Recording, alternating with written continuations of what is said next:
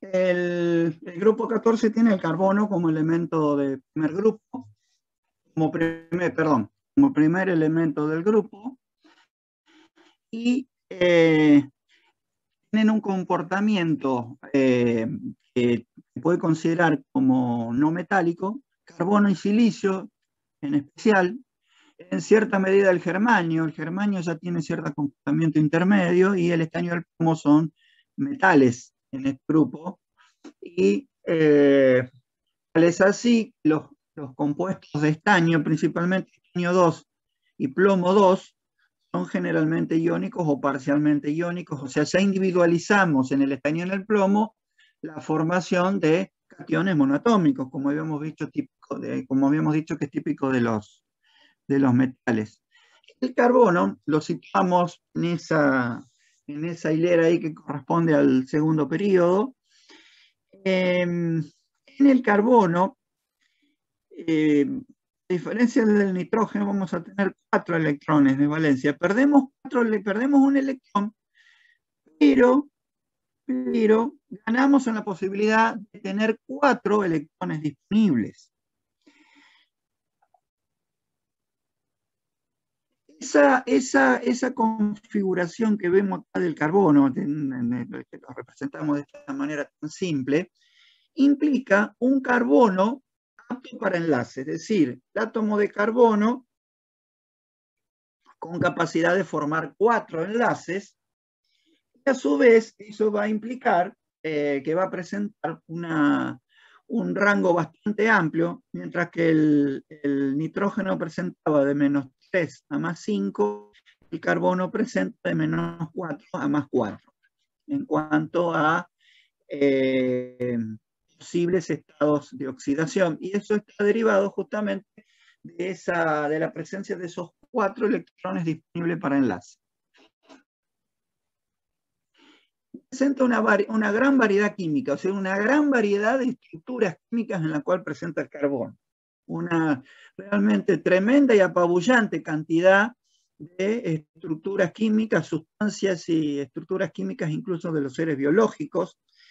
Y en parte el secreto de eso está en el hecho de la configuración electrónica del carbono, que acá en este dibujito está con 4 electrones desapareados, lo que en principio el carbono basal, el carbono en estado fundamental, es decir, en estado de mínima energía, tiene 2 electrones desapareados, en realidad que son los electrones P, pero se considera que en realidad en el carbono, uno de los electrones S en realidad está promovido, porque el nivel P está muy cercano en energía, entonces en realidad uno de los electrones S está participando en realidad en un orbital P para dar un carbono que suele llamarse carbono promovido, que es el que tiene los 4 electrones desapareados, y eso implica la posibilidad de tetravalencia, es decir, la posibilidad de compartir esos 4 electrones, con lo cual implicaría la formación de 4 enlaces covalentes en distintas posibilidades. Ya vieron en química general 3 tipos de hibridaciones, sp2, sp y sp3.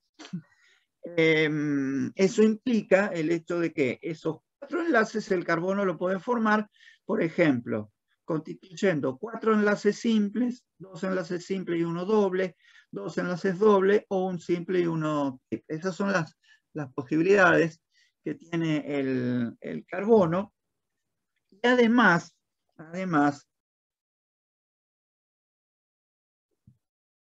resulta que es una cuestión muy importante. Cuando nos movemos de izquierda a derecha, o sea, desde el boro hacia el flúor, el tamaño va disminuyendo, porque al ir aumentando la carga nuclear, si bien también hay un electrón, de todos modos el átomo se va haciendo cada vez más chico. Quiere decir que al revés, como estamos viniendo nosotros del flúor hacia la izquierda, el carbono debe tener un tamaño un poquito más grande que el nitrógeno, pero asimismo el tamaño del átomo de carbono, incluso por ser elemento de cabeza de grupo, es relativamente pequeño como para tener enlaces fuertes. Y además, esa es la posibilidad de esos 4 enlaces, se suma la posibilidad de formar estructuras donde haya cadenas de átomos, debido a que el enlace carbono-carbono es suficientemente fuerte, y también en algunos casos ciertas estructuras especiales que son cerradas, o sea, cíclicas. Digamos, más allá de estos detalles, el concepto fundamental acá es la enorme versatilidad, o sea, la enorme capacidad que tiene el carbono de formar muy variadas estructuras en virtud de la tetravalencia que tiene y de poseer un tamaño de átomo que permite enlaces fuertes. Y por lo tanto, al tener tanta variedad de enlaces y enlaces fuertes, ahí aparece la gran variedad de posibles estructuras.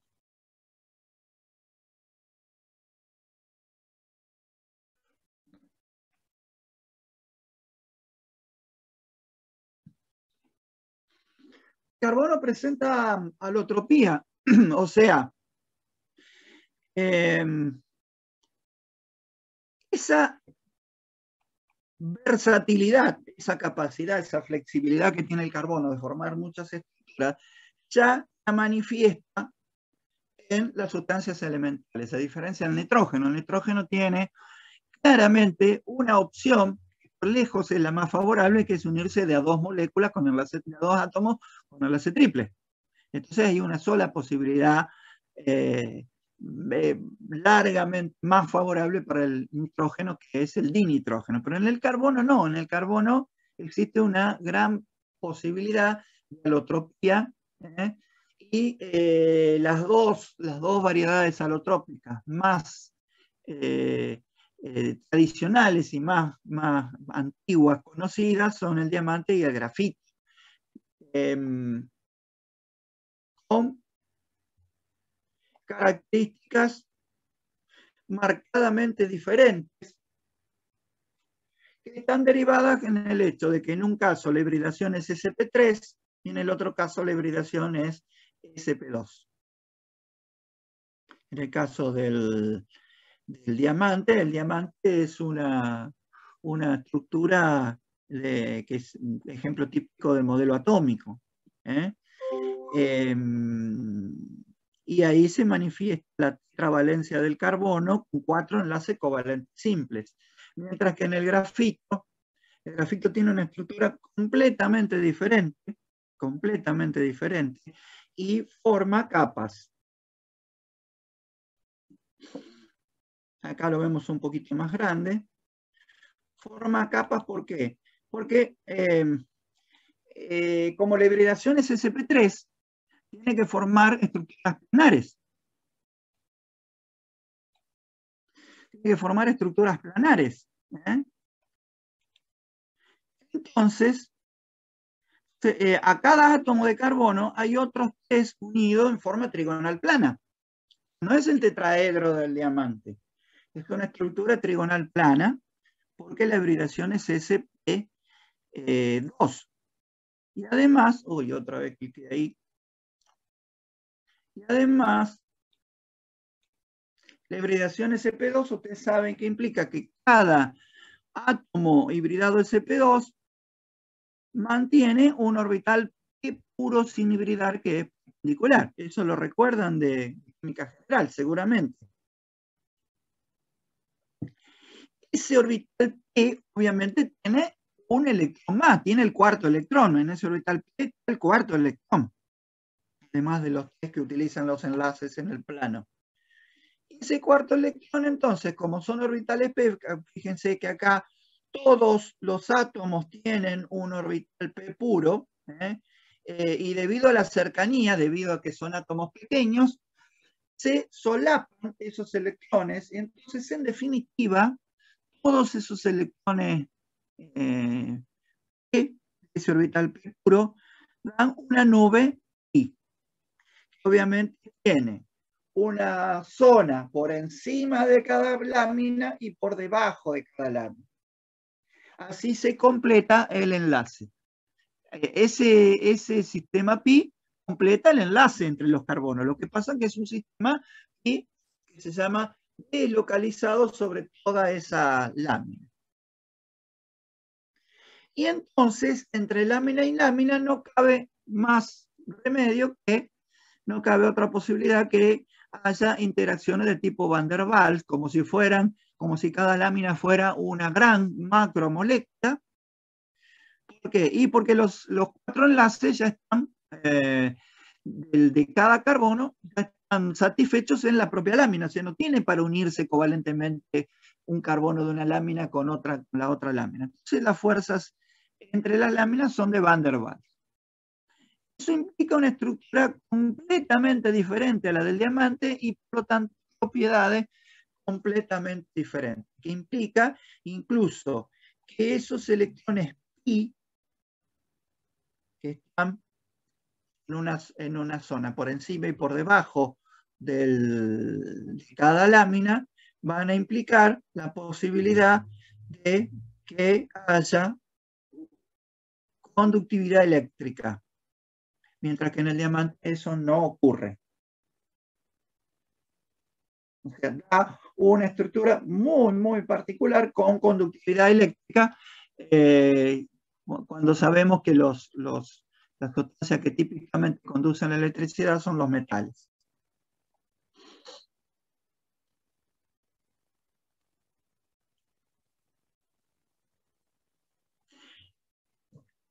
En el transcurso del tiempo, hace unos 30, 40 años, apareció una tercera variedad alotrópica que son los fullerenos,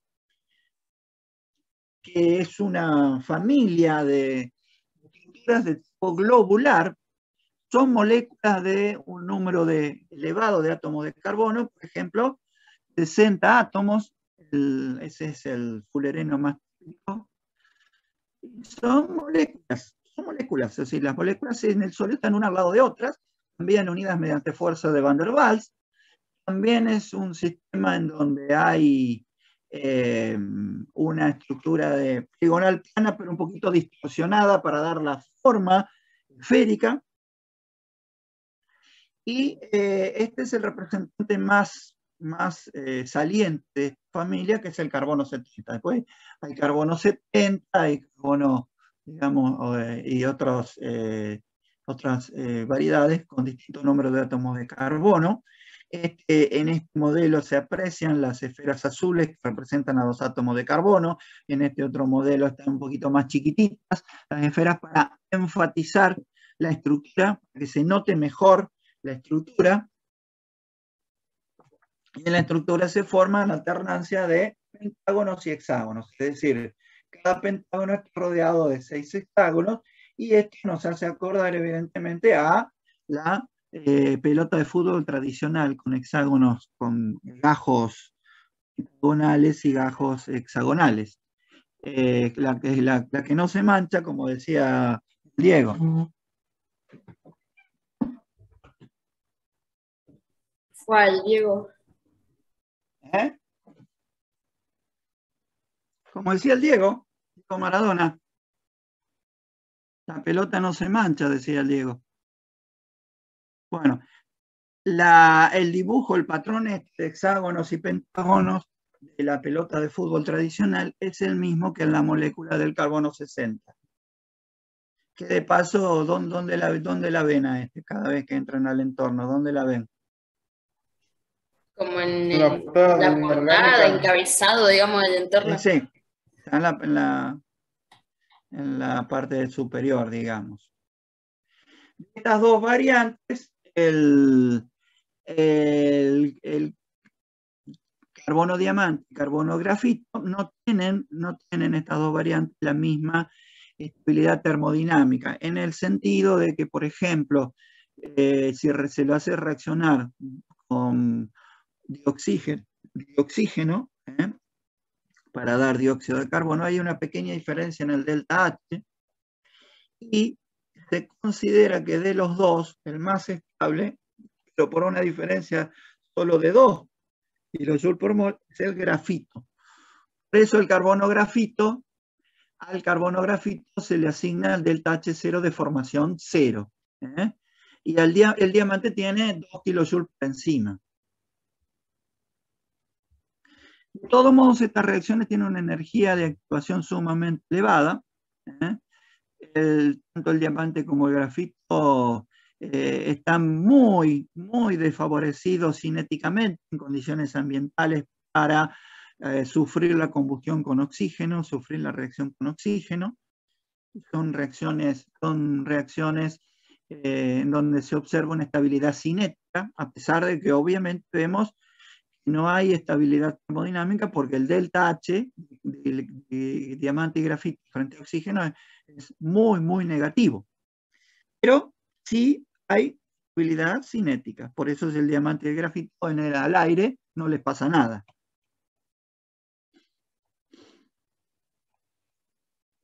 De los compuestos que forma el carbono, hay un párrafo especial para los hidrocarburos, que son los compuestos carbono-hidrógeno, que representan un número enorme de compuestos.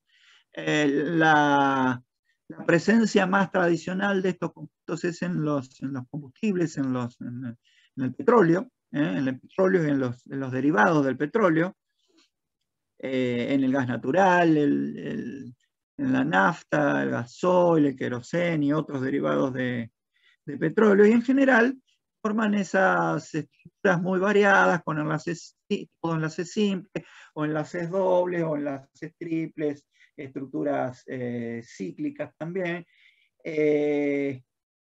y se manifiesta en ello, como dijimos antes, una propiedad única del carbono de concatenarse, es decir, formar cadenas de átomos iguales, que son cadenas estables.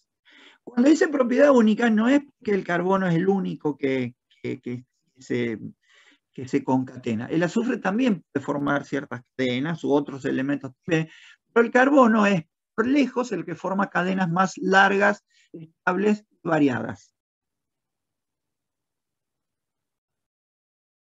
Manifestando entonces una enorme versatilidad en cuanto a formación de enlaces y tetravalencia.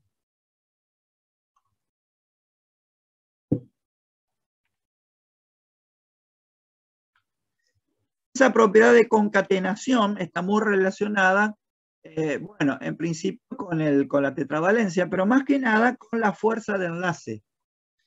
Como el carbono es el elemento singular, sus enlaces son los más fuertes del grupo.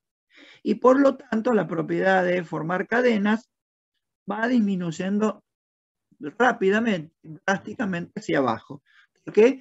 Porque los átomos son cada vez más grandes. Por ejemplo, al pasar del carbono al silicio hay un aumento de tamaño que impacta notablemente en la fuerza de enlace y en la capacidad de la formación de enlaces PIC también.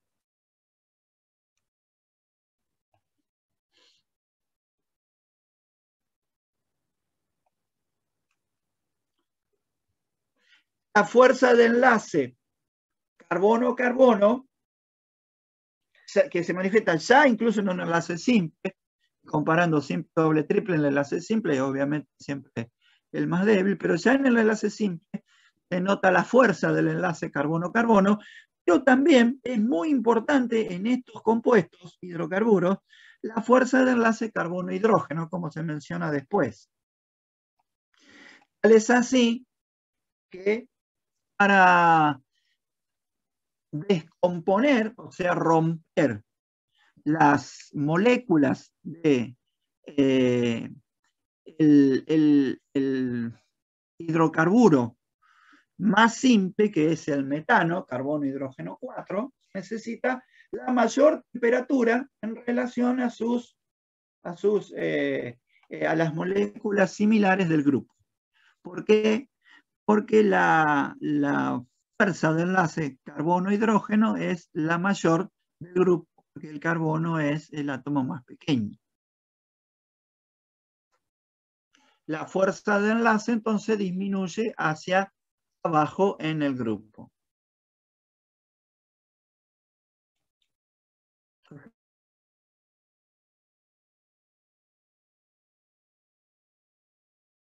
cada vez menos la temperatura porque sus enlaces son cada vez más débiles. Entonces, esos dos factores son razones o explican la gran estabilidad de los hidrocarburos. Estabilidad en el sentido de estructuras fuertes. La alta energía del enlace carbono-carbono, es decir, la gran energía de ruptura que tiene ese enlace. Lo otro que mencionamos, la alta energía del carbono-hidrógeno. Esos dos son factores fundamentales. Y además se suma otro factor, que es el hecho que el átomo de carbono no puede superar la tetravalencia, no puede superar el octeto como buen elemento del segundo período. Recuerden lo que habíamos visto. El átomo de carbono no puede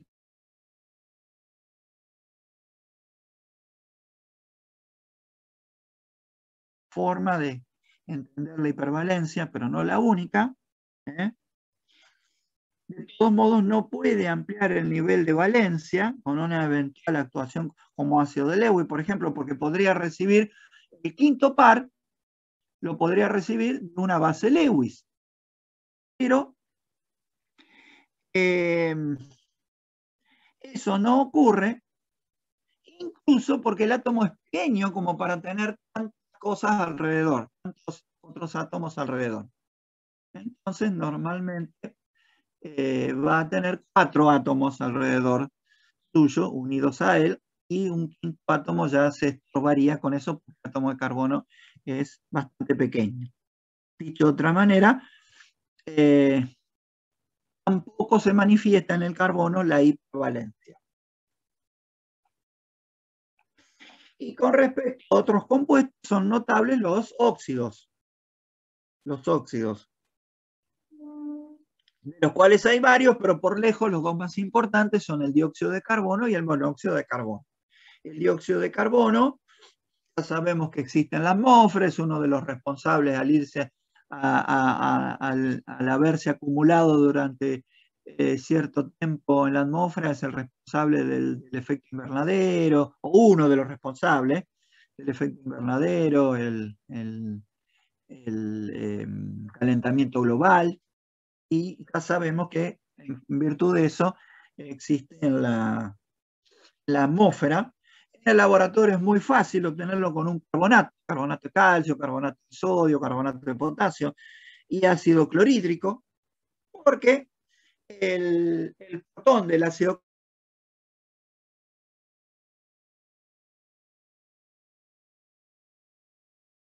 el carbonato se protona y da, en definitiva, dióxido de carbono más agua, y bueno, queda liberado el catión.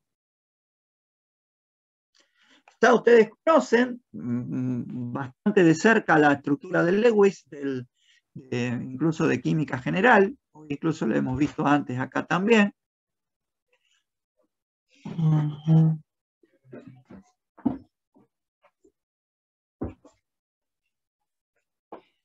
Y una obtención industrial muy importante, por ejemplo, para cuando se descompone carbonato de calcio para tener óxido de calcio, un subproducto es dióxido de carbono que se puede utilizar en ciertos procesos de fermentación biológicos, y es soluble en agua, porque parte del dióxido de carbono reacciona con el agua, una pequeña parte, como vemos ahora.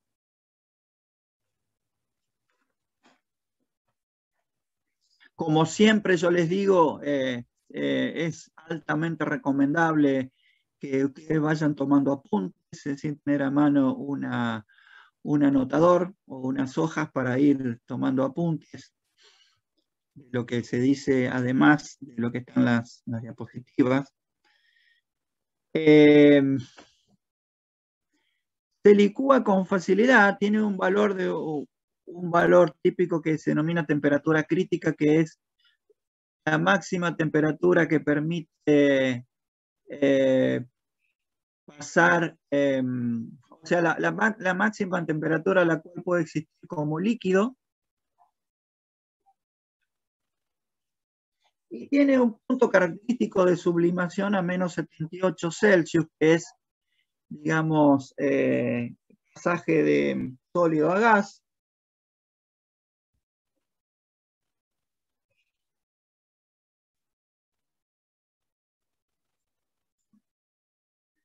Se considera, el dióxido de carbono tiene carbono en estado de oxidación más 4. Se considera el anhídrido, es decir, el óxido ácido correspondiente al oxoácido ácido carbónico. O sea, o dicho al revés, el oxoácido que le corresponde es el ácido carbónico. Y el ácido carbónico, a su vez, puede disociarse en hidrogenión e hidrógeno carbonato. En definitiva, aproximadamente 1 de cada 100 moléculas de dióxido de carbono que se contacta con agua, que se disuelve en agua, produce ácido carbónico. Y a su vez, ese poquito ácido carbónico que se forma, se disocia en hidrogenión e hidrógeno carbonato. O sea que en definitiva, en realidad, como se forma tan poquito ácido carbónico, que es una molécula de cada 100, el equilibrio que planteamos en una solución de dióxido de carbono en agua es dióxido, justamente ese. Dióxido de carbono más agua, en equilibrio con hidrógeno carbonato. Y a su vez, como el hidrógeno carbonato tiene un hidrógeno cedible como protón, también tenemos una segunda disociación ácida con una constante menor, como ocurre siempre para las disociaciones sucesivas.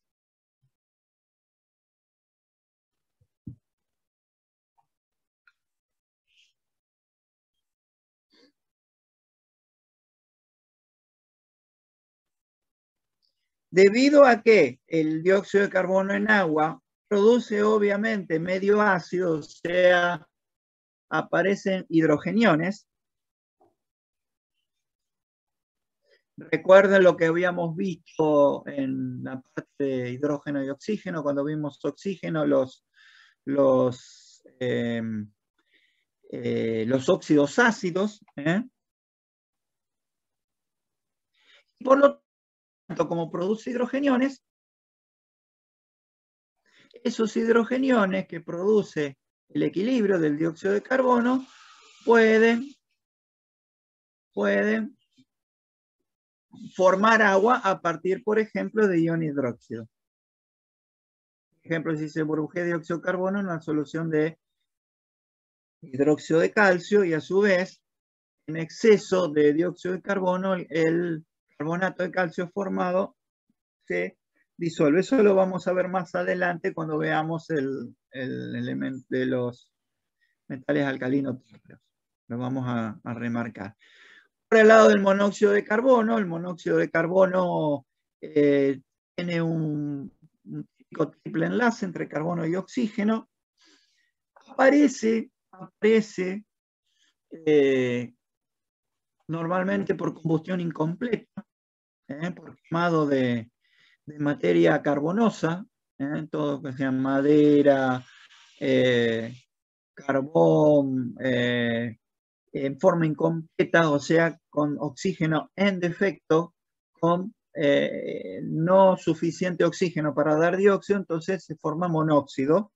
No hay suficiente oxígeno, forma la combustión incompleta, bueno, y eso es, como ya saben, un problema en estas épocas de frío, debido a que como se utilizan materias carbonosas para calefaccionar, en muchos casos las combustiones incompletas en lugares cerrados pueden producir emanaciones de monóxido de carbono, y el monóxido de carbono es tóxico y puede incluso ser letal. Lamentablemente todos los inviernos hay algún reporte de algún accidente fatal en este sentido, pero también se lo puede obtener industrialmente, es decir, por reacción de dióxido de carbono con carbono al rojo. Esa es una típica reacción denominada de comproporción. un gas incoloro e inodoro, es tóxico desde un cierto nivel, y ese es el problema justamente cuando se acumula en lugares cerrados por combustión defectuosa o incompleta. Y es una sustancia típicamente reductora. Ese poder reductor no se manifiesta, al igual que el dihidrógeno, el poder reductor del monóxido de carbono y del dihidrógeno, no se manifiestan en medio acuoso, pero sí se manifiestan a generalmente temperaturas altas, y se lo usa industrialmente, por ejemplo, para la obtención de hierro. La obtención de hierro a partir del óxido, el monóxido de carbono es un reductor muy importante porque tiene al carbono en un estado de oxidación +2, que es un estado intermedio, y la oxidación de monóxido a dióxido implica que se oxide y actúe como agente reductor. Entonces se forma dióxido de carbono.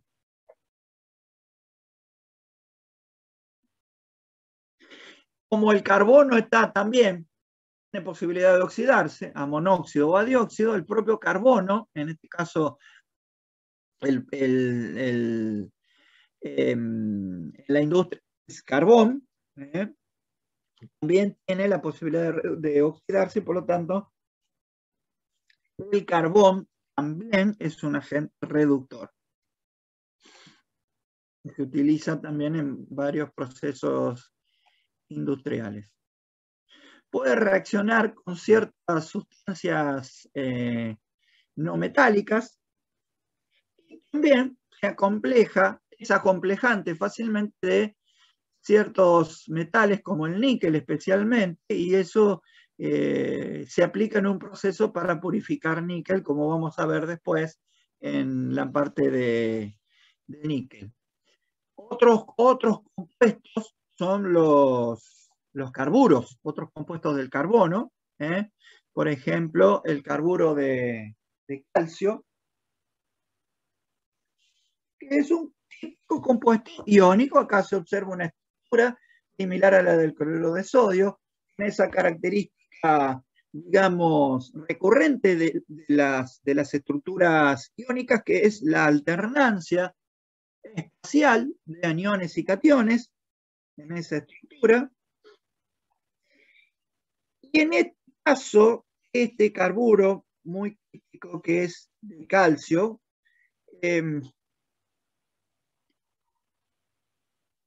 cuando reacciona con agua, espontáneamente produce etino o acetileno, mientras que los carburos de berilio y aluminio producen metano. En el caso del carburo de calcio, lo que se observa a la reacción con agua es la formación de acetileno, es un hidrocarburo que viene, estos dos carbonos vienen del grupo carbono 2, obviamente del carburo de calcio. Quiere decir que, como este grupo carbono 2 está con un catión, ese grupo tiene que tener dos cargas negativas. Es decir, que ese grupo es un grupo de dos carbonos unidos con triple enlace con dos cargas negativas. Y que por efecto del agua, fíjense que se protona para dar el acetileno. Bueno, y pregunta en función de eso cuáles pueden ser las transferencias para que ustedes practiquen. Y también existen otros carburos, como son carburos de metales de transición, que se dan justamente con metales de transición, y carburos cuadrados dentro del modelo atómico, por ejemplo, carburo de silicio, carburo de boro, donde se dan que ambos elementos presentan átomos con una alta capacidad de enlace que les permite formar estructuras covalentes tridimensionales o enrejados tridimensionales.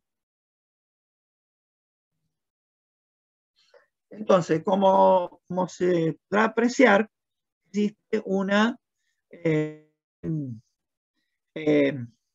variedad de compuestos de carbono y estructuras que forma el carbono, y están fundamentalmente basados en el tamaño relativamente pequeño del carbono y la posibilidad de la tetravalencia que tiene el carbono, la posibilidad de formar 4 enlaces covalentes en variantes que implican hibridaciones, los 3 tipos, de uno o más de los 3 tipos, SP, SP2 y SP3.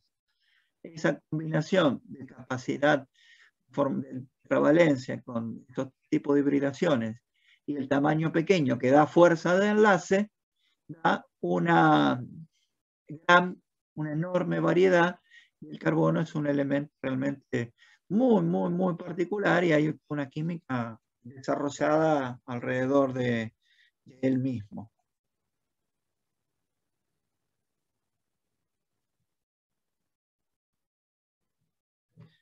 Cuando pasamos ahora al boro,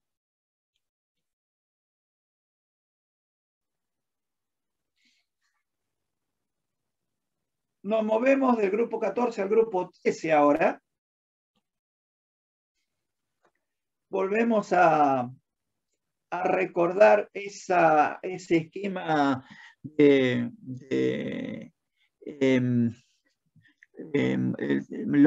son modelos de la estructura de valencia de cada átomo. Vemos que al pasar al boro perdemos un electrón. Perdemos entre comillas, o sea, hay un electrón menos. Entonces ahí nos encontramos con un problema. Vimos que el carbono tiene la posibilidad de los cuatro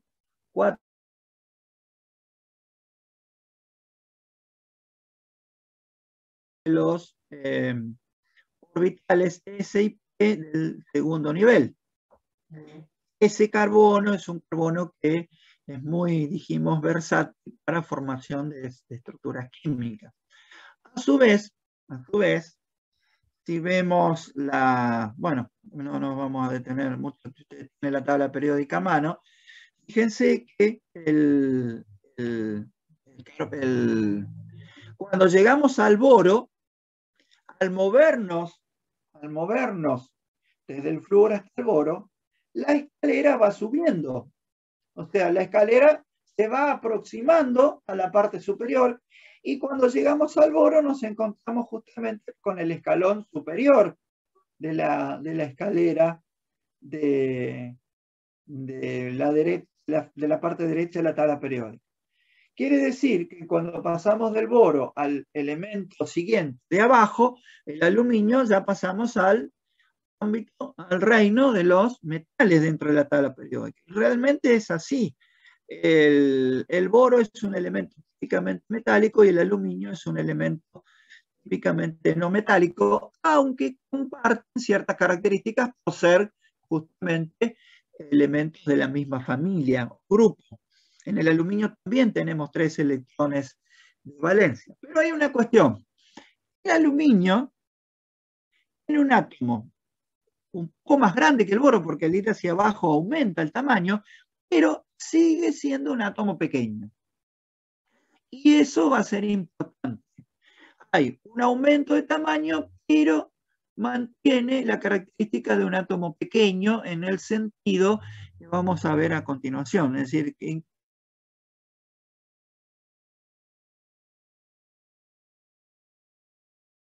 de valencia, en vez de los 4 o de los más electrones que tienen el resto, para el boro y el aluminio, incluso, bueno, para los átomos también de más abajo, pero, por ejemplo, viene el galio, después hay otros, pero nos interesan fundamentalmente el boro y el aluminio. Al tener 3 electrones, se queda corto, por decirlo de alguna manera, presenta una escasez de electrones para poder tener 4 pares de valencia. O sea, si comparte esos 3 electrones con otros átomos, puede llegar a lo sumo a un sexteto, o sea, a 3 pares, y no puede llegar a 4 pares. Si bien dijimos, bueno, lo llamamos regla del octeto, si bien dijimos es una regla que tiene sus excepciones, también es una regla que se cumple muy asiduamente para los elementos que estamos indicando acá, los compañeros de periodo del boro. En el boro, esa posibilidad, en principio, hasta lo que depende de él mismo, en el boro e incluso en el aluminio, no se puede manifestar para llegar a los 4 pares. ¿Eso qué implica? Una deficiencia electrónica. Se considera o se puede denominar una deficiencia electrónica, que es el hecho de no poder llegar por sí mismo a 4 pares de valencia en situación de enlace. Esa deficiencia electrónica deberá tener ciertas consecuencias de tipo químico. Pues bueno, también impactará en ciertas propiedades generales, propiedades físicas, pero lo que más nos interesa son las consecuencias químicas que tiene esa deficiencia electrónica, que pueden ser de 2 tipos. Estructurales, obviamente, por esa deficiencia electrónica, las estructuras que formarán estarán condicionadas a esa deficiencia electrónica, y también de reactividad. ¿Por qué? Porque si el objeto es una aproximación a una estructura de gas noble es tan frecuente, podemos pensar que estos átomos buscarán alguna manera, buscarán, entre comillas, alguna manera de llegar al objeto. Y eso va a tener consecuencias químicas en cuanto a reactividad, es decir, su contacto químico con otras especies.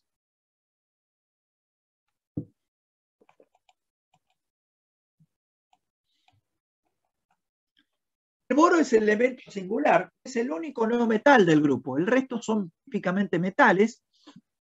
Es el de átomo más pequeño, como buen elemento cabeza de grupo. Fíjense, vamos marcando las diferencias notables que van a aparecer con respecto al carbono.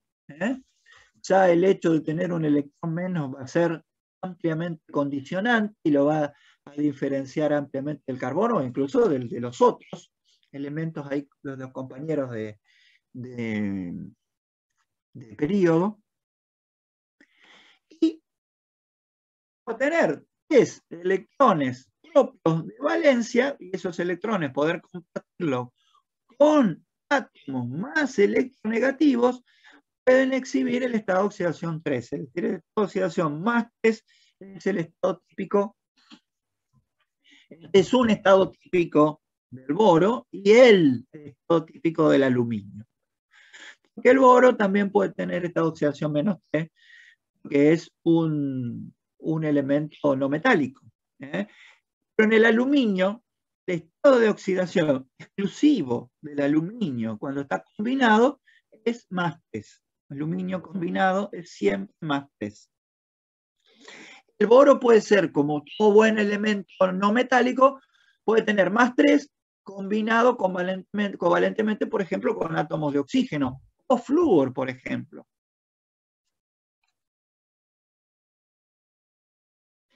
Pero no va a manifestar este estado de oxidación más 3 como boro, como catión boro más 3. Eso lo sabemos bien, porque es un no metal.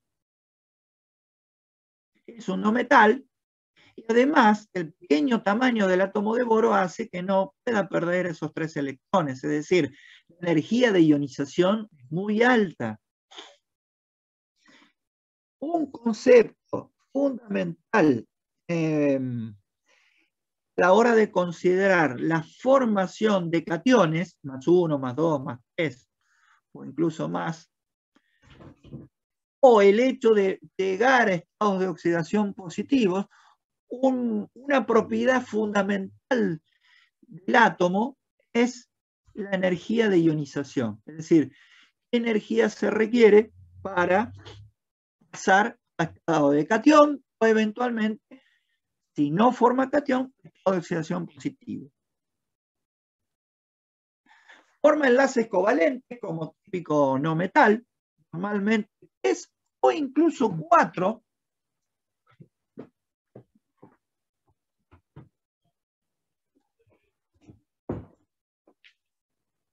pero no va a poder formar 4 enlaces, o no va a poder tener un cuarto enlace por mérito propio, sino que va a ocurrir lo que vamos a ver a continuación. O sea, puede llegar a completar octeto, pero de la manera que vamos a ver ahora.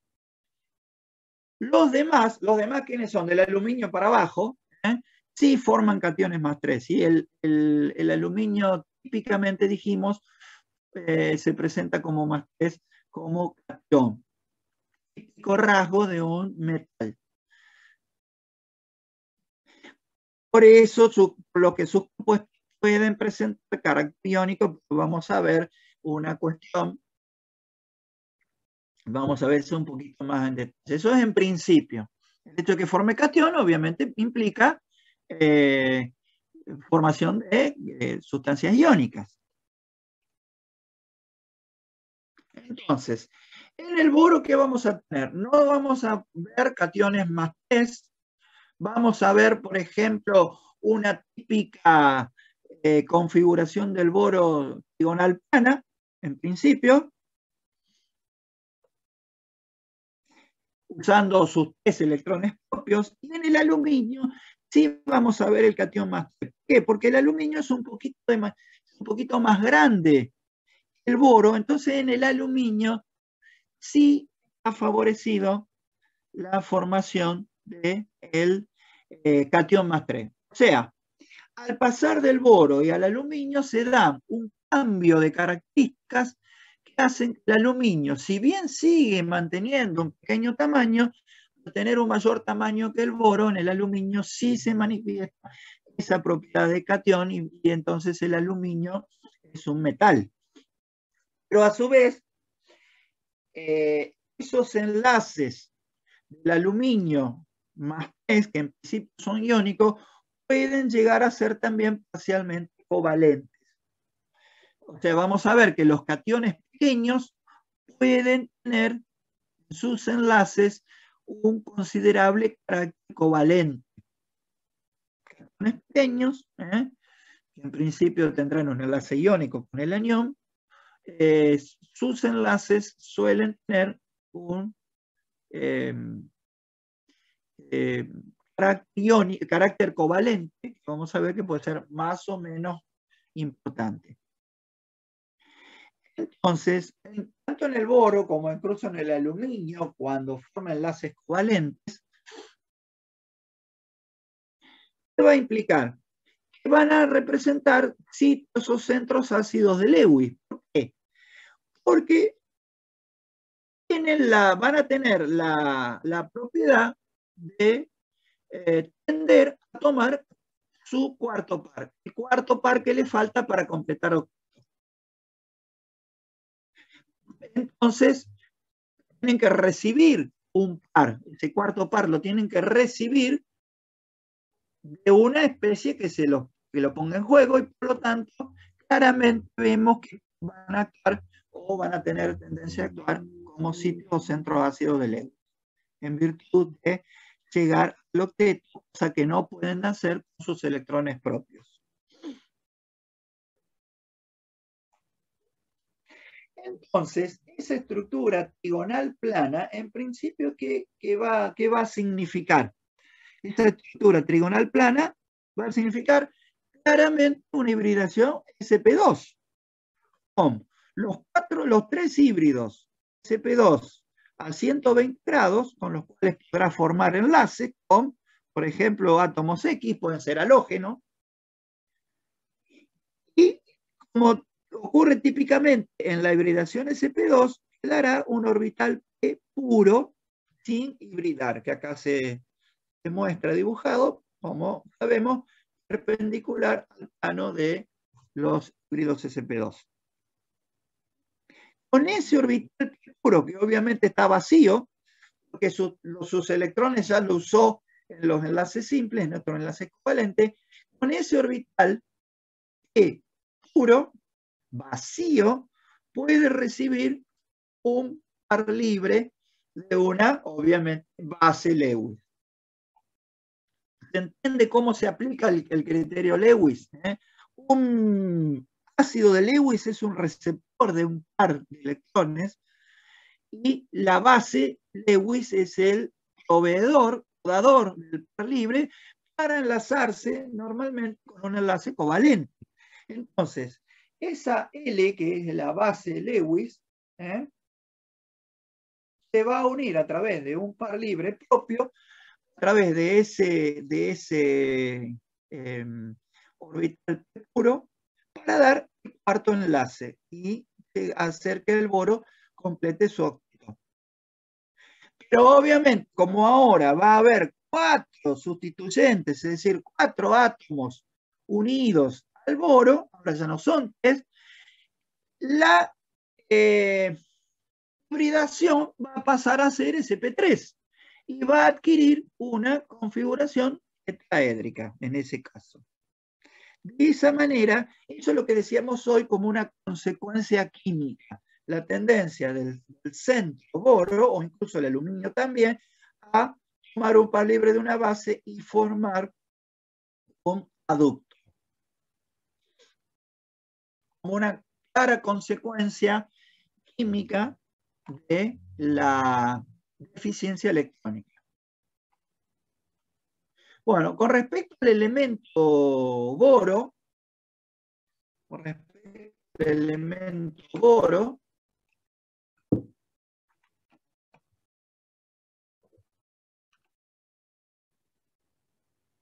existen yacimientos en Salta.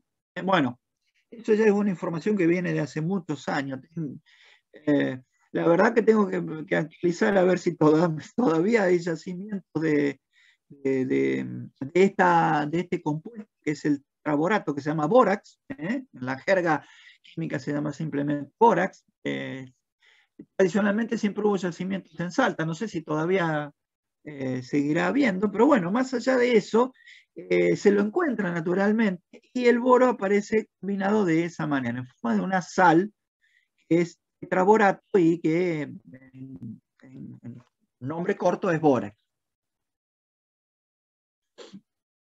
Respecto a las propiedades de los átomos de boro, del elemento boro, dijimos, no se forma el ion, el catión, boro más 3, forma en principio uniones covalentes trivalentes que pueden llegar a, en virtud de si se encuentra con una base Lewis, puede llegar a pasar a tetravalencia.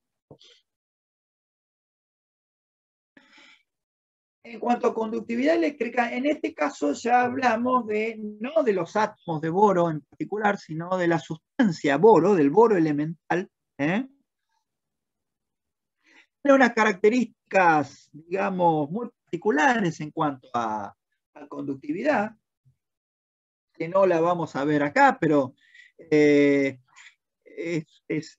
llamativa en el sentido de que aumenta con la temperatura la conductividad, cosa que es opuesto a los metales. Los metales tienen una conductividad que disminuye al aumentar la temperatura, en este caso es al revés, y eso implica que se lo denomine como un conductor especial y se lo denomina semiconductor. Pero no nos vamos a extender demasiado en eso.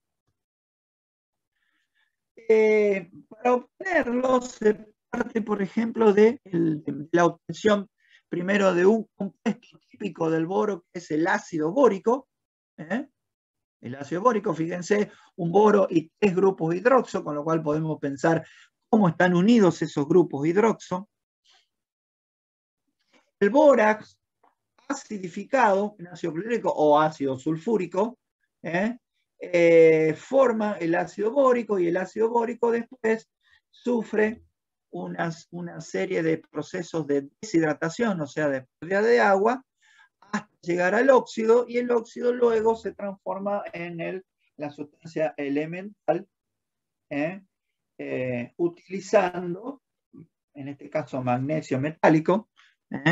Acá ustedes pueden ejercitarse y pueden determinar claramente qué tipo de reacción es o qué tipo de transferencia hay.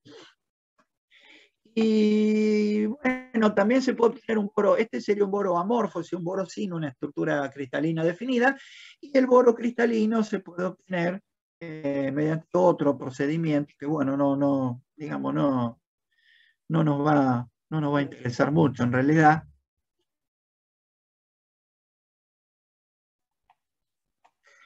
Y sí nos va a interesar desde el punto de vista químico algunos compuestos del boro, en el sentido de la relación de las propiedades con la deficiencia electrónica, como por ejemplo los haluros de boro,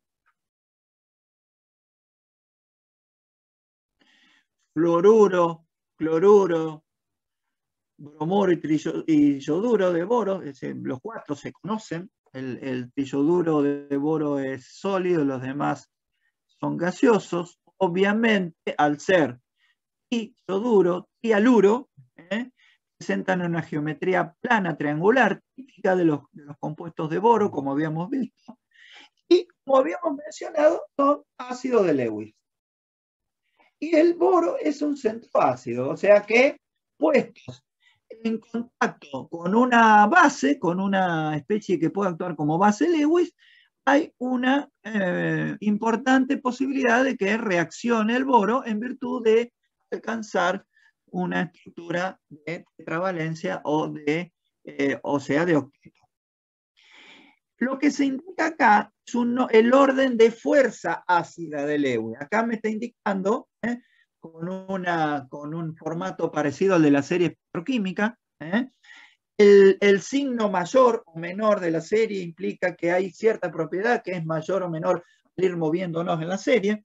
Dice triyoduro de boro mayor que el tribromuro de boro, lo que significa es que la fuerza ácida del triyoduro de boro es mayor que la del tribromuro y luego va disminuyendo al cloruro y al trifluoruro de boro. El trifluoruro de boro es el menos ácido, el que menos tendencia tiene a actuar como ácido Lewis, y el triyoduro es el que más tendencia tiene a actuar como ácido de Lewis, o sea, es el ácido de Lewis más fuerte de los cuatro.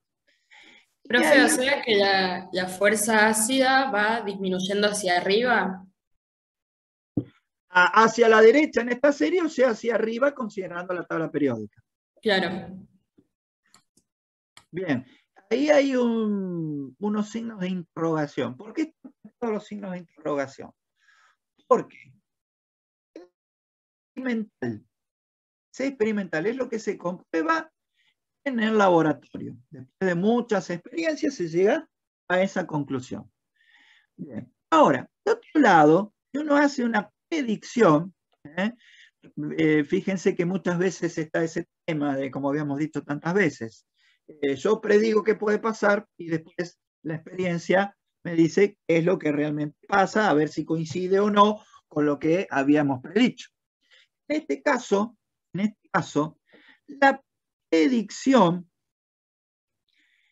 en principio,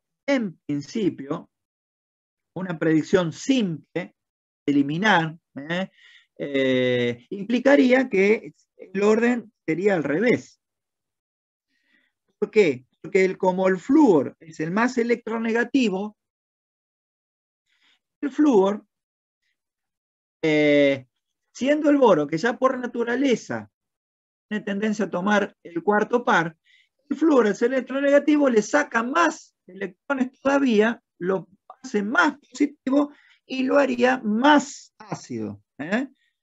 La elevada electronegatividad del flúor tendría que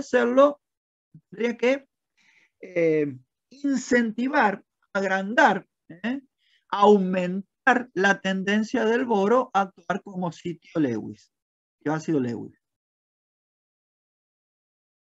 Porque ya de por sí tiene la tendencia a tomar el cuarto par, entonces el boro le sacaría más a través de los enlaces simples.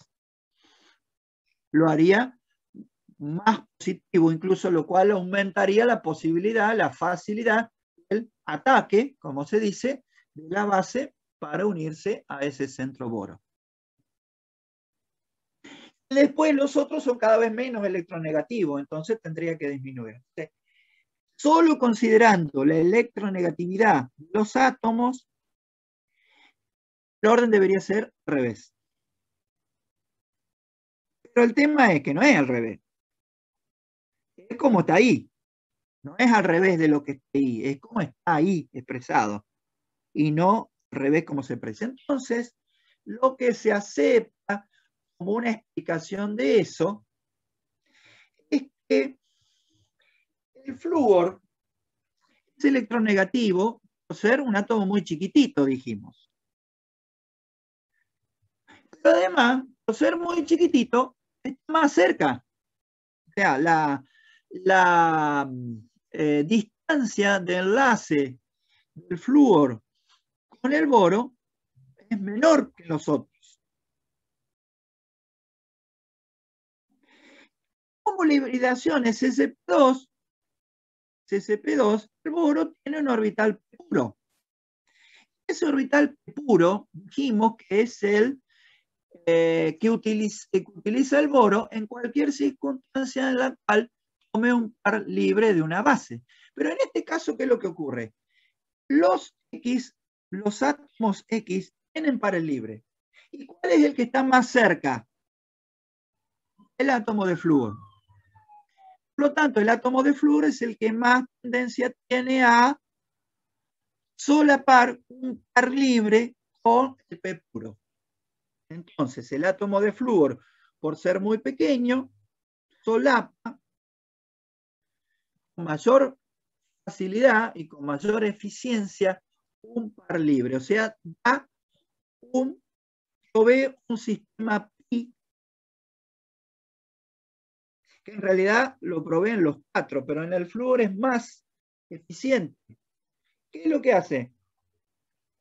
Eso. El flúor le saca vía sigma de electronegatividad, pero estar tan cerquita le provee electrones vía pi. Por lo tanto, hay un efecto de protección. Ese par libre que se desplaza o que se comparte con el átomo de boro central, lo protege al boro y eso hace que sea menos ácido. Y es el que mejor lo protege, ¿cuál es? El flúor. En síntesis, ese orden de la menor acidez Lewis del trifluoruro se debe a la mayor protección pi del átomo de flúor.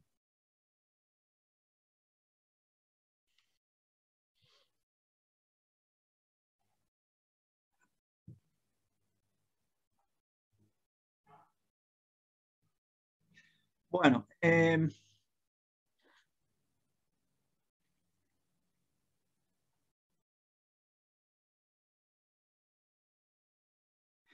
estos 4 fluoros de boro, los más importantes y los que se obtienen más fácilmente son el tricloruro y el trifluoruro. Y pueden reaccionar con agua para dar cloruro de hidrógeno y el haluro de hidrógeno y ácido bórico. Por ejemplo, el cloruro de boro con agua da cloruro de hidrógeno y ácido bórico. Esta forma de escribir el ácido bórico es una forma más antigua.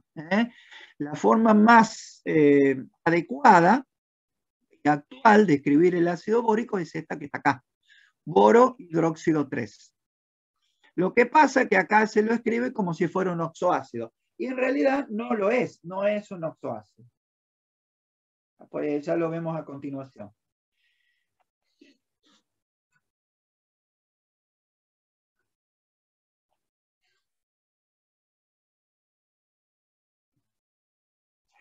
Otra cuestión también muy llamativa del boro son los hidruros.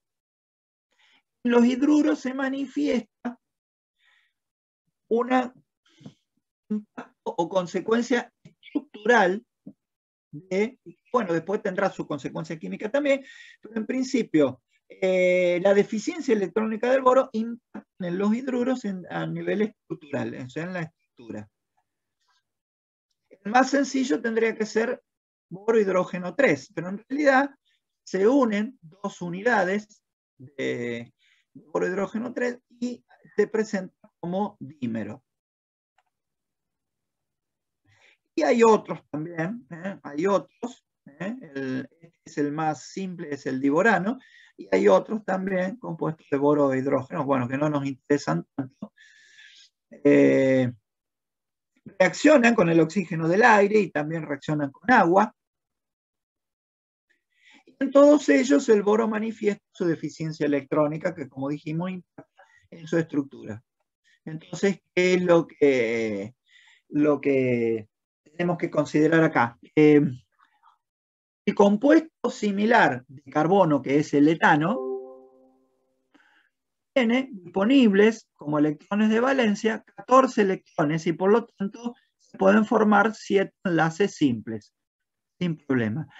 Pero en el compuesto de boro, análogo al etano, que es el diborano, solo hay 12 electrones, o sea, hay 2 electrones más, 2 electrones menos. ¿Cuáles son esos 2 electrones menos? Los 2 electrones menos que tienen los átomos de boro. El átomo de boro tiene un electrón menos respecto del carbono.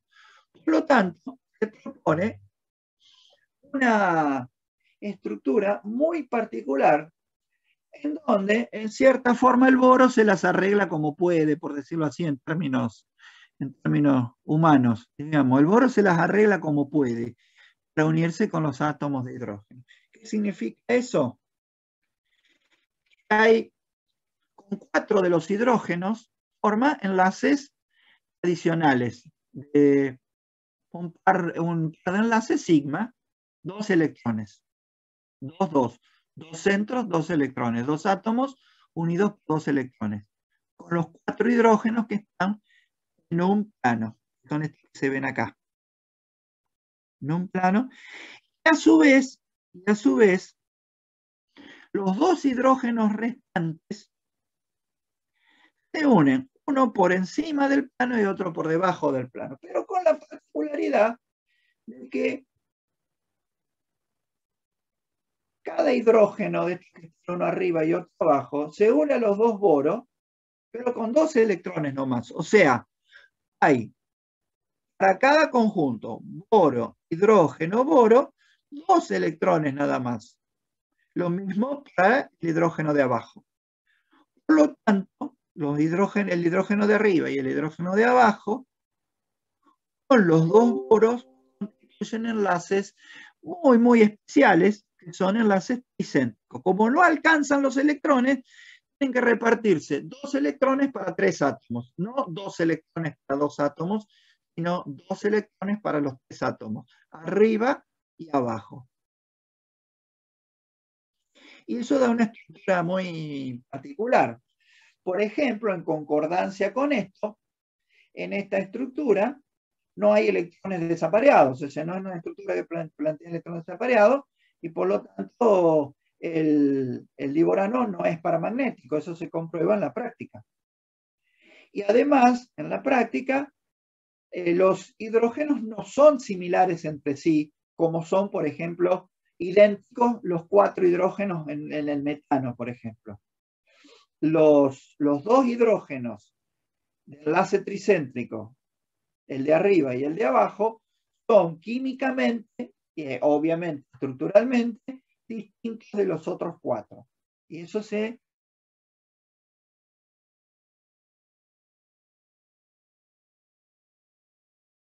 Entonces es una estructura muy particular que forma el diborano, en este caso, consecuencia justamente de la deficiencia electrónica, de los pocos electrones que tiene el boro.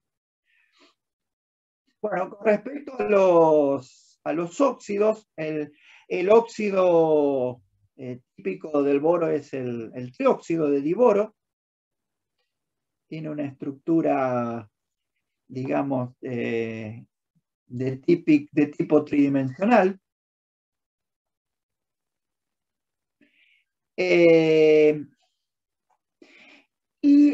Van a mencionar en la parte práctica de esta semana cómo a partir del bórax,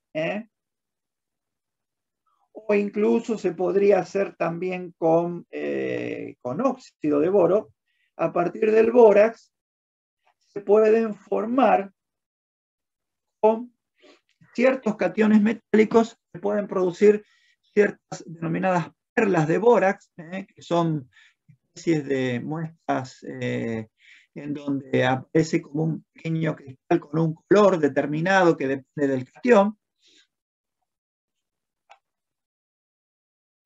Ese es el famoso análisis de la perla de bórax, que lo van a ver más en detalle en la parte práctica.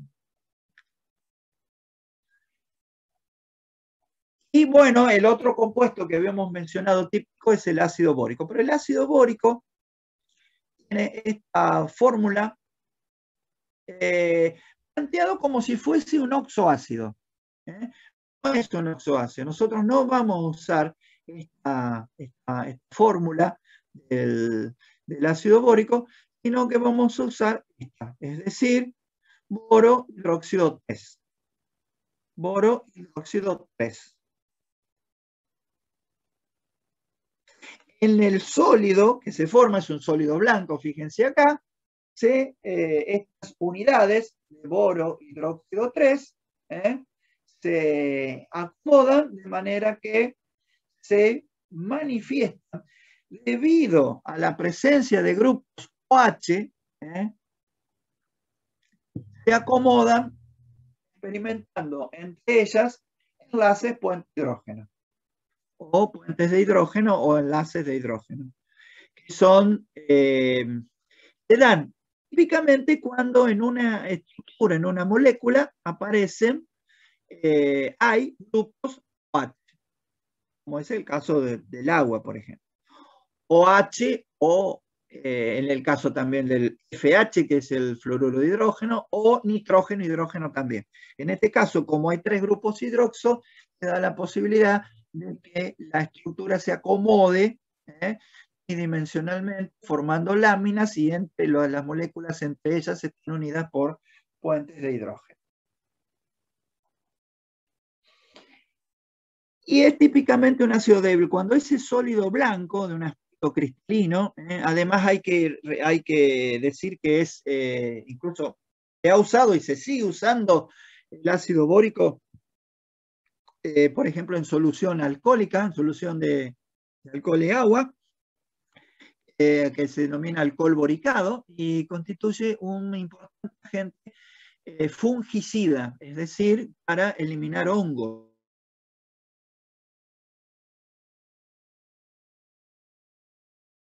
El ácido bórico, al disolver en agua, manifiesta un equilibrio, o sea, sufre un equilibrio de muy baja constante, es decir, muy favorecido, pero la particularidad es que ese equilibrio produce hidrogeniones.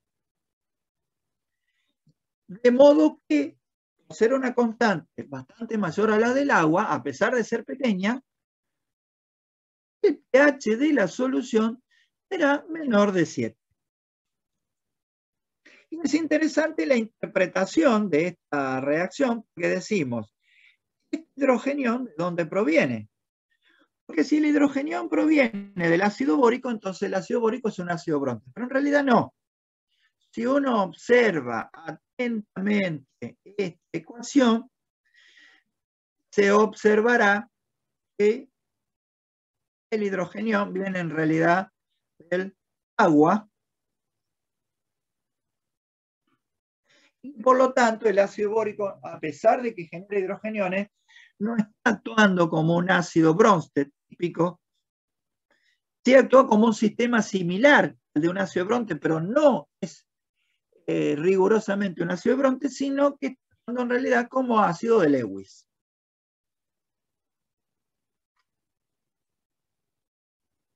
Eso, bueno, acá se plantean esas preguntas que hemos estado analizando, de dónde proviene el hidrogenión y qué tipo de ácido es el ácido bórico. Bueno, el ácido bórico, como habíamos visto, por deshidratación, por calentamiento, puede finalmente permitir la obtención del trióxido de boro, que a su vez puede llevar a la obtención de boro. Hay otras estructuras, como ser los boratos, aniones que forma con oxígeno. El boro puede formar ciertas estructuras donde está unido a átomos de oxígeno.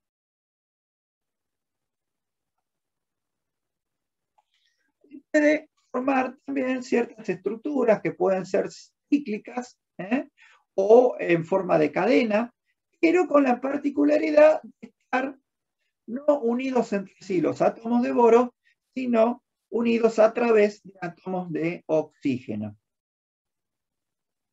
Que eso también es una característica muy, muy, muy relevante del silicio.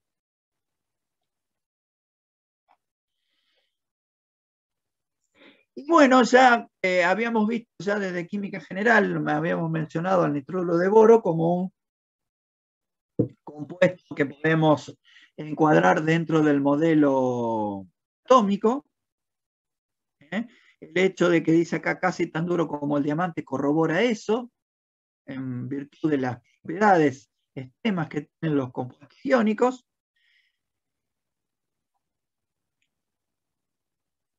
Y bueno, habíamos dicho que el boro, cuyas características en virtud de la deficiencia electrónica analizamos a través de algunos ejemplos donde se observa cómo impacta esa deficiencia electrónica en la estructura o incluso en las propiedades, en la conducta química, típicamente como centro ácido de Lewis, y dijimos que esa conducta también se da en el caso del aluminio. Pero el aluminio, como dijimos hoy, presenta una diferencia fundamental con el boro, que es la formación del catión más 3.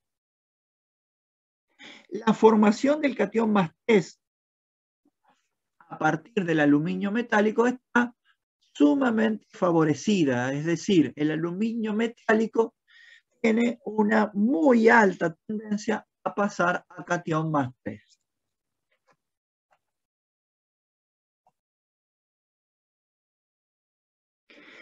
Y comparte con los metales alcalinos y alcalino-térreos una cierta conducta química, que es la gran tendencia a oxidarse, la gran tendencia a pasar a catión.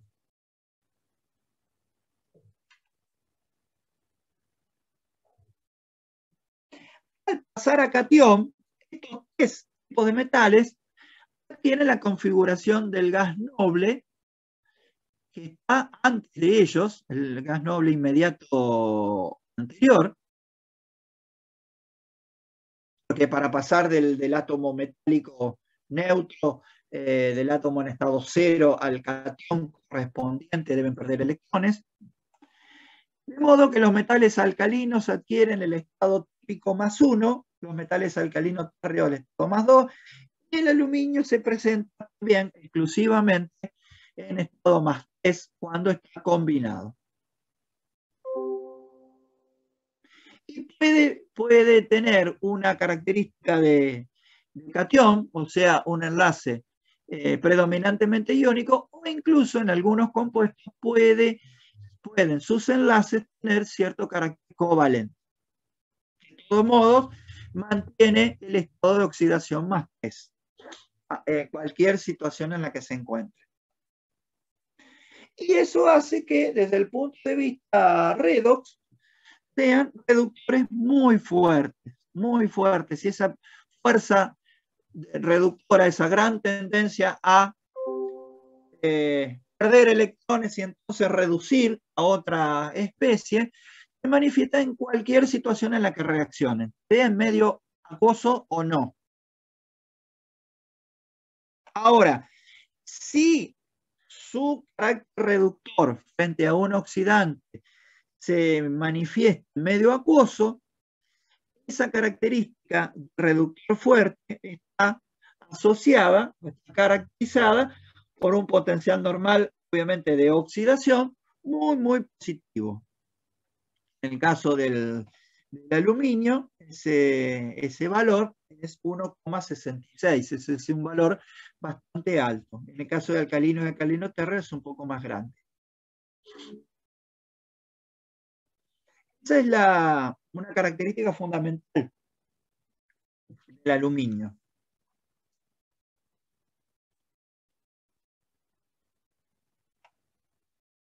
Como elemento, es de los metales en la corteza terrestre, que dijimos que es la que nos interesa porque de la corteza terrestre es donde extraemos los minerales. En la corteza terrestre es el metal más abundante y de todos los elementos es el tercero. ¿Quiénes están primero? Oxígeno y silicio.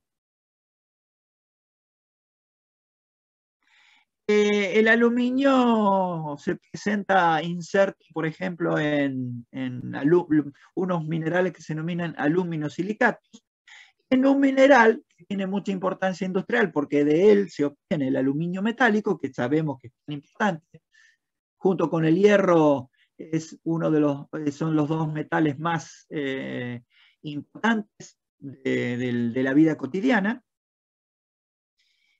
Y ese mineral de donde se obtiene el aluminio metálico es la bauxita, que es la parte importante, es el óxido de aluminio 3. O sea, el aluminio en la naturaleza está combinado fundamentalmente con oxígeno, está enlazado fundamentalmente a oxígeno. Y entonces acá surge una cuestión conceptual importante. Debido a esta gran tendencia a oxidarse que tiene el aluminio metálico, el aluminio 0, a pasar a aluminio más 3, ese estado de oxidación es el que va a estar en estado natural, el estado estable, el que va a estar en la naturaleza, y por lo tanto, nosotros extraemos un mineral de aluminio para obtener aluminio metálico, ese aluminio natural es más 3. Para pasar a aluminio metálico hay que llevarlo a aluminio 0. Es decir, o sea, hay que producir una reducción.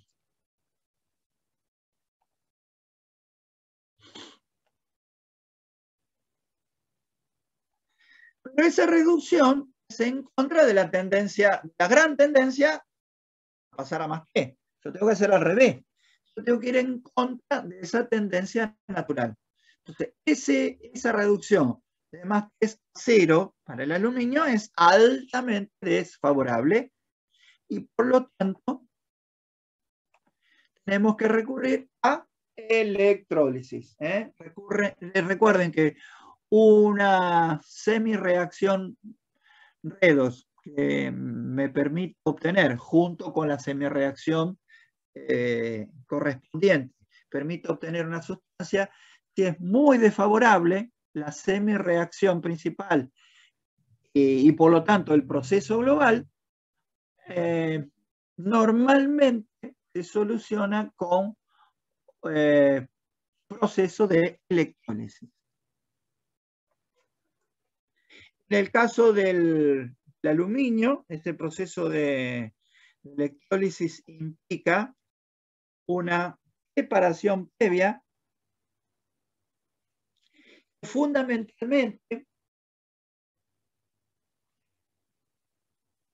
fundamentalmente lo que hace es eliminar impurezas que luego en la electrólisis van a molestar. Principalmente hierro 3 y además silicio. Entonces, ¿qué es lo que se hace? Se lo somete a un riguroso proceso denominado digestión, que es en una solución muy concentrada de hidróxido de sodio en caliente. Entonces sabemos que en un medio fuertemente alcalino, el aluminio 3, la bauxita, deberá adquirir identidad de hidroxocomplejo, como habíamos visto ya previamente. Queda en solución. Pero el hierro 3 no forma hidroxocomplejo, precipita como hidróxido de hierro 3. Entonces se separa. Y ahí elimino hierro que va a hinchar, realmente va a molestar y va a ser muy perjudicial en la electrólisis. Entonces, después lo que se hace es recuperar el aluminio, hacerlo precipitar.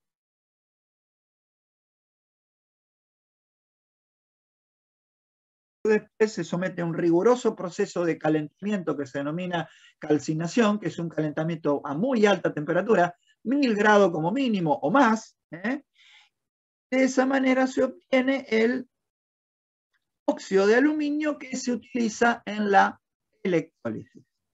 La electrólisis se hace mediante un proceso denominado Hall-Héroult.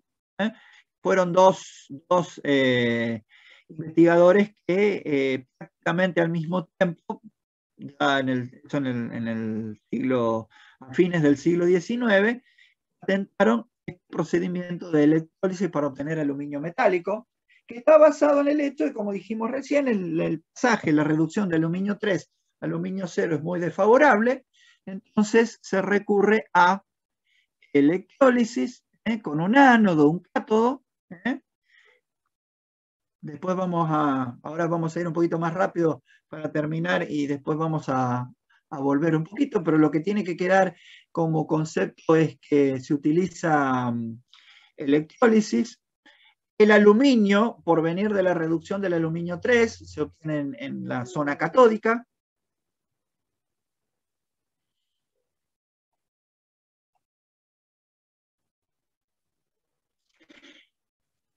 Y entonces esa propiedad reductora que habíamos dicho que tiene el aluminio, esa propiedad reductora que se manifiesta pasando muy favorablemente a aluminio 3 y concretamente aluminio 3 como óxido, óxido de aluminio, esa propiedad de reducción se puede utilizar a nivel industrial, por ejemplo, en un proceso que se denomina aluminotermia, en donde se manifiesta la fuerza reductora del aluminio.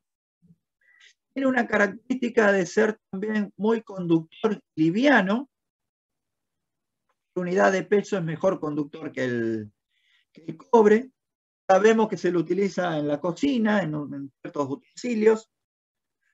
Típicamente se puede utilizar para contener ácido nítrico comercial o también muy finamente dividido en las pinturas a base de aluminio. Y habíamos mencionado que es un muy buen reductor, un fuerte reductor, menos que los metales alcalino y alcalino terreno, pero aún así es un muy buen reductor.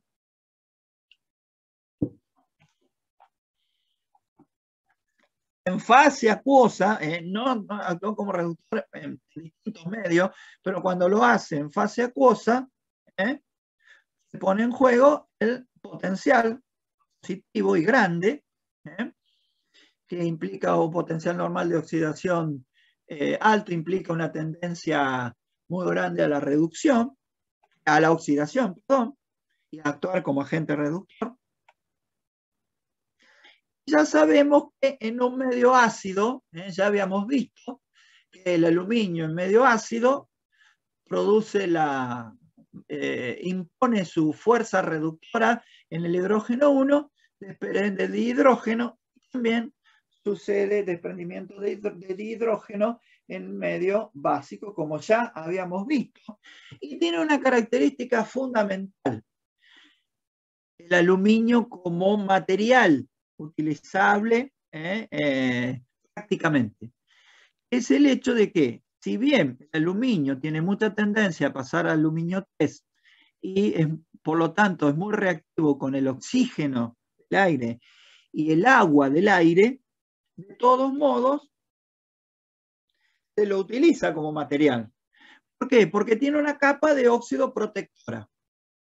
O sea, el hecho de que el aluminio pueda utilizarse como un material tan difundido en la práctica es debido, es gracias a la capa de óxido protectora que tiene, porque si el aluminio pierde o se destruye su capa protectora, se convierte en muy reactivo tanto con el agua líquida como con el agua a vapor del ambiente o como en el oxígeno también del ambiente. Entonces, la capa protectora de óxido hace que se lo pueda utilizar como material.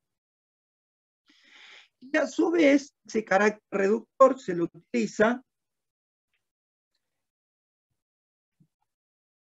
como dijimos, en la aluminotermia, debido a la gran tendencia que tiene a formar su óxido, fíjense, a través con un delta H sumamente favorable porque es muy negativo.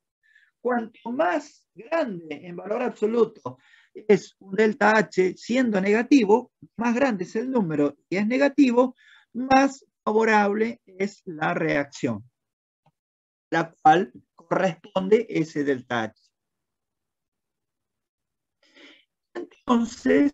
Entonces, se lo puede utilizar para captarle el oxígeno a un óxido de otro metal, de manera de reducir el óxido, por ejemplo, en este caso, hierro 3, lo reduce claramente, como se observa, a hierro metálico y se oxida a su óxido, que es la alúmina, el óxido de aluminio.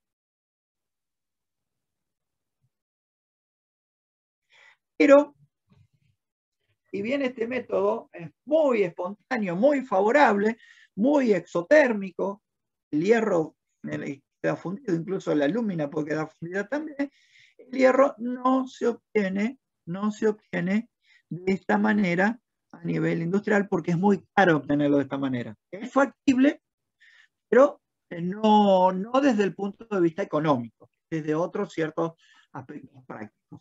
Entonces el hierro se lo tiene de otra manera, no usando un reductor caro como es el aluminio, sino usando reductores más baratos. Un ejemplo típico es la obtención de cromo. El cromo sí se obtiene industrialmente por aluminotermia y otros metales también de transición fundamentalmente. A su vez se puede, esa capa natural, que es una capa natural protectora de óxido que tienen las piezas de aluminio, se puede mejorar, hacerla más gruesa, más compacta, más uniforme, mediante un proceso artificial controlado que se denomina anodizado. Otros compuestos, además del óxido, que tal vez es el más importante, son los haluros. Después vamos a volver un poquito sobre ese tema. El aluminio, el catión aluminio, nosotros sabemos que los cationes son más chiquitos que los átomos neutros, o sea que el átomo de aluminio, cuando se convierte en catión, el tamaño disminuye, máxime teniendo una carga más pes. Es decir, el catión aluminio, como concepto fundamental, el catión aluminio es un catión de muy pequeño tamaño.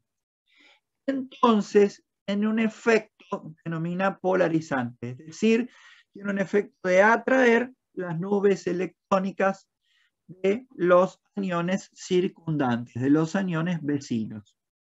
Y eso puede llevar a que al atraer los electrones de los aniones pueda tener este enlace una cierta covalencia. Eso lo vamos a volver a ver.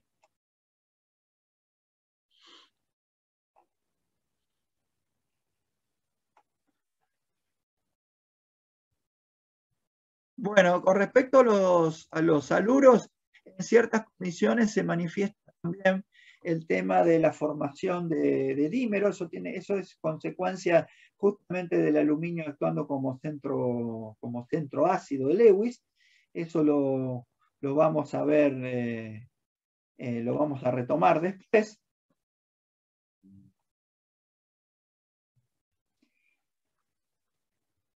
En solución acuosa, tanto el cloruro de aluminio como el nitrato de aluminio también, que son dos sales que se consiguen comercialmente, al disolverse en agua dan cationes aluminio 3.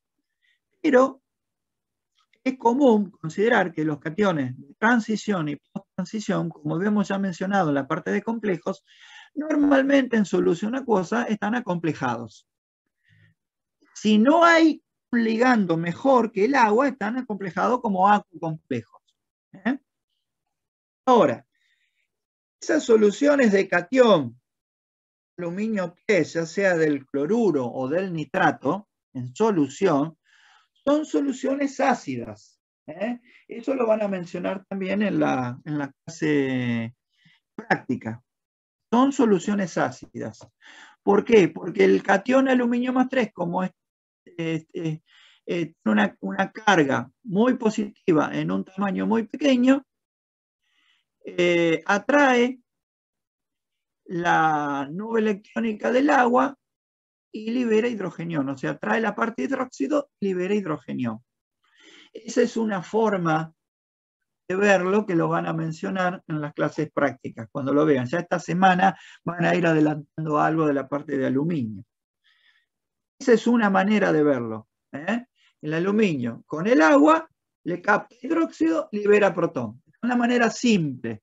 Después hay otra manera que la vamos a ver después, porque ya no tenemos tiempo, para explicar esa propiedad, que de todos modos vamos reteniendo eso, más allá de la causa. ¿Cuál es? El hecho de que la solución de aluminio 3 es ácida.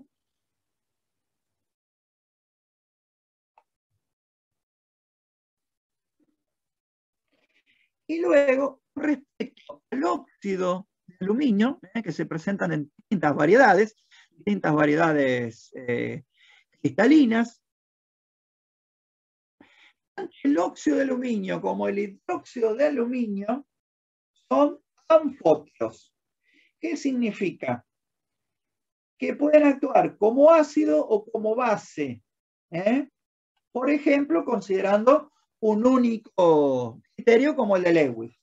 ¿Por qué es eso? Porque tanto en el óxido como el hidróxido de aluminio hay un centro básico o sitio básico Lewis y hay un sitio ácido Lewis. El sitio básico Lewis, como ustedes saben, es el anión óxido o hidróxido, en el caso del hidróxido de aluminio, y el sitio ácido Lewis, el sitio ácido Lewis, en ambos, tanto el óxido como el hidróxido, es el aluminio más 3, la parte catiónica. Cuando hablemos de anfoterismo en medio acuoso, lo vamos a visualizar en función de la reacción de la sustancia con hidrógeno y con hidróxido. Tanto para el óxido como para el hidróxido de aluminio. Los dos anfóteros comunes que vamos a hacer son los óxidos e hidróxidos de aluminio y de zinc también. En este caso particular, el hidróxido de aluminio puedo obtenerlo. El hidróxido de aluminio es muy poco soluble, o sea que lo puedo obtener agregando a una solución de aluminio 3, gota a gota, solución de hidróxido. Y luego, si a ese hidróxido le agrego protones, ese hidróxido en suspensión que me quedó formado, le agrego protones, como ustedes fácilmente podrán deducir, los protones van a ir a atacar a la parte hidróxido para dar agua. O sea, van a ir a atacar el centro básico. Y si en vez de agregar protones a ese hidróxido formado, sigo agregando hidróxido, ahora en exceso, el hidróxido, ¿qué va a hacer? ¿Qué efecto va a hacer?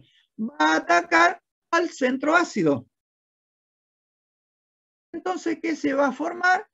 El anión tetrahidroxoaluminato.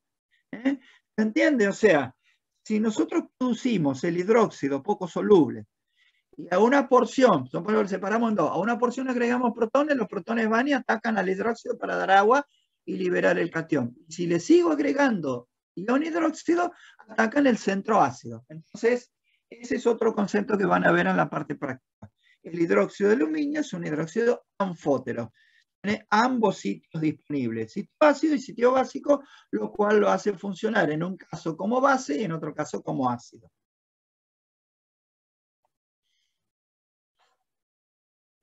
Bueno, después están los alumbres, que son otros compuestos.